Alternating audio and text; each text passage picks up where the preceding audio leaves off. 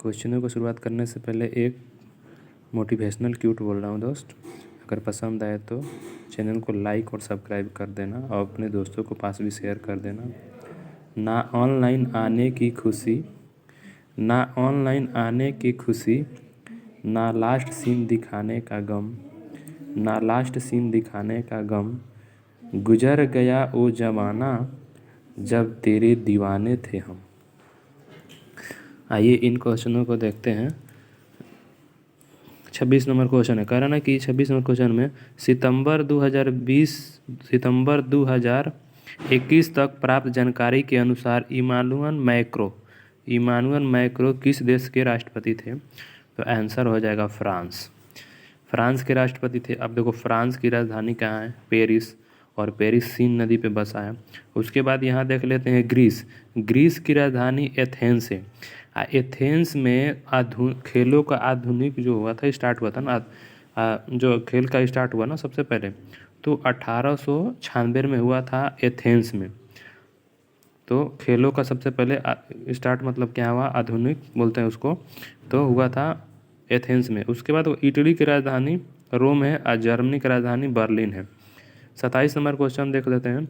निम्नलिखित में से किस अम्ल की चींटी को काटते समय त्वचा में इंजेक्ट किया जाता है? तो आंसर हो जाएगा फार्मिक एसिड। फार्मिक एसिड होगा चींटी के डंक में जो पाया जाता है। और उसके बाद एस्कॉर्बिक एसिड विटामिन सी को कहा जाता है। टार्टरिक एसिड अम्ल इमली में पाया जाता है, टार्टरिक इमली में। और साइट्रिक अम्ल जो पाया जाता है ना, वो नींबू में पाया जाता है। उसके बाद कह रहा है 28 नंबर क्वेश्चन, हड़प्पा सभ्यता के अन्य शहरों के विपरीत धौलीबीरा शहर का भागों में विभाजित किया गया था। प्रत्येक भाग का विशाल पत्थर के दीवारों से घिरा हुआ था। तो 3 यानी 3 तरफ से घिरा हुआ था। एम्मा रादुकानु ने सितंबर 2021 में हराकर यूएस ओपन महिला एकल खिताब जीता है। तो इसका आंसर हो जाएगा ए नंबर, लेला फर्नांडिस को हरा कर जीता है। उसके बाद क्वेश्चन नंबर 30 है, 13वीं-14वीं शताब्दी के दौरान पंजाब में निम्नलिखित में से कौन सी जनजाति का प्रभुत्व था? तो खोखर जनजाति, यानी कि ऑप्शन नंबर ए हो जाएगा। 31 नंबर, अक्टूबर 2020 में रिवर्स रेपो दर क्या थी? तो 3.35 था। मतलब रिवर्स रेपो दर क्या है? देखो जितने भी कमर्शियल बैंक है ना, जैसे एसबीआई, पंजाब हो गया, ये अपना राशि जमा करता है आरबीआई के पास। तो ये जितना इंटरेस्ट देता है ना, उसी को रिवर्स रेपो दर कहा जाता है। तो बैंकों का बैंक आरबीआई, जितना भी बैंक है ना अपना आरबीआई में जमा करता है, जो उसको ब्याज देता है उसी को रिवर्स रेपो दर कहा जाता है। 32 नंबर क्वेश्चन देखते हैं। निम्नलिखित में से किस प्रकार के बैंकों का संचालन मुख्यतः ऑनलाइन होता है और उनका कोई भी भुगतान शाखा नेटवर्क नहीं है? तो नियो, मतलब इसका एक भी शाखा नहीं है। बाकी हो गया वाणिज्यिक हो गया, रिटेल हो गया, सेट हो गया, इसका सबका शाखा है, लेकिन नियो का नहीं है। 33 नंबर क्वेश्चन, जैन धर्म के 24वें और अंतिम तीर्थंकर वर्धमान महावीर का जन्म 6ठी शताब्दी ईसा पूर्व में कहाँ हुआ था? तो बिहार में हो जाएगा। अब जैन धर्म के वास्तविक संस्थापक कहा जाता है महावीर स्वामी को। जैन धर्म लास्ट में दो पार्टों में विभाजित हो गया, एक श्वेतांबर और एक दिगंबर में विभक्त हो गया था।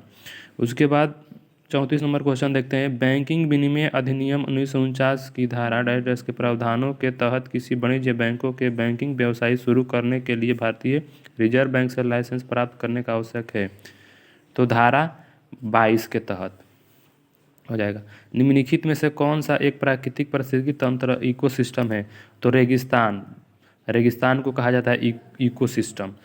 36 नंबर, अक्टूबर 2020 में foundation of environment education Denmark द्वारा अंतर्राष्ट्रीय ब्लू फ्लैग प्रमाण सम्मानित किए गए जाने के 8 समुद्री तटों में से निम्न में से कौन सा एक था? तो शिवराजपुर। देखो ये ब्लू फ्लैग मतलब ना, जहाँ स्वच्छ जो दुनिया का सबसे स्वच्छ है ना, उसको घोषित किया गया शिवराजपुर को। और शिवराजपुर है कहाँ? गुजरात में। गुजरात की राजधानी गांधीनगर थी, इसको याद रखना। शिवराजपुर कहाँ है? तो गुजरात में है, ठीक है।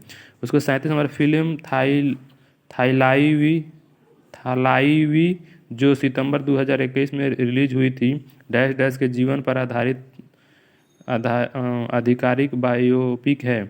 तो जयललिता, देखो जयललिता तमिलनाडु के सीएम भी रह चुकी है, इसको याद रखना।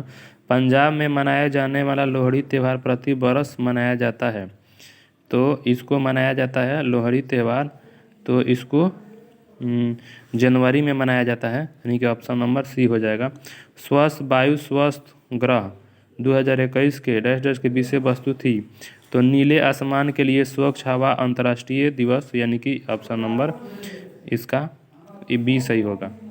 40 नंबर क्वेश्चन, निम्नलिखित में से किस दिन international day to end immunity for crime against journalist के रूप में मनाया जाता है? तो 2 नवंबर को। तो निम्नलिखित में से कौन सा एक फूल का भाग है?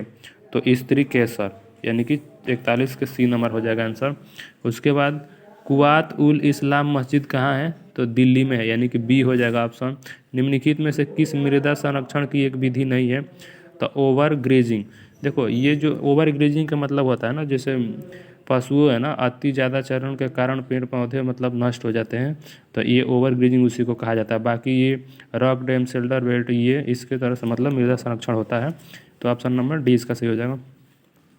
एशियाई फुटबॉल कप 2019 की मेजबानी निम्नलिखित में किस देश ने किया था? तो ऑप्शन नंबर डी हो जाएगा, संयुक्त अरब अमीरात हो जाएगा।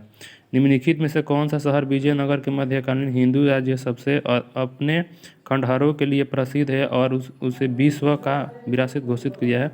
तो हम्पी हो जाएगा। हम्पी कहाँ है? कर्नाटक में। कर्नाटक राजधानी बेंगलोर है, तो याद रखना। हम्पी जो विजयनगर साम्राज्य का स्थापना हरिहर और बुक्का ने किया था 1336, इसमें 2 भाई थे ये, हरिहर और बुक्का। उसके बाद यहाँ देखो, भारतीय दंड संहिता कौन सी धारा महिलाओं की सहमति के बिना गर्भपात कराने का अपराध से संबंधित है? तो अगर 313, अगर इसमें मतलब महिला का अगर बिना राय के मतलब अनुमति के बिना अगर कुछ अगर ऐसे कर रहे हैं तो उसमें आपको धारा ये 313 लग जाएगा। टेस्ट क्रिकेट में 13 शतक बनाने वाले पहले बल्लेबाज कौन थे? तो वीरेंद्र सहवाग।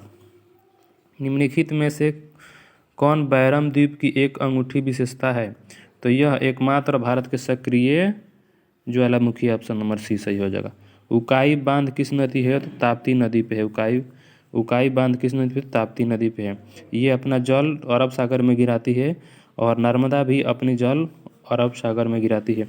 अक्टूबर 2020 में आंकड़ों के अनुसार भारत सरकार ने अनाजों के लिए न्यूनतम समर्थन मूल्य क्या रखा था? तो सी हो जाएगा। जय हिंद दोस्त, अगर वीडियो पसंद आए तो लाइक और सब्सक्राइब कर देना, अपने दोस्तों को पास भी शेयर कर देना।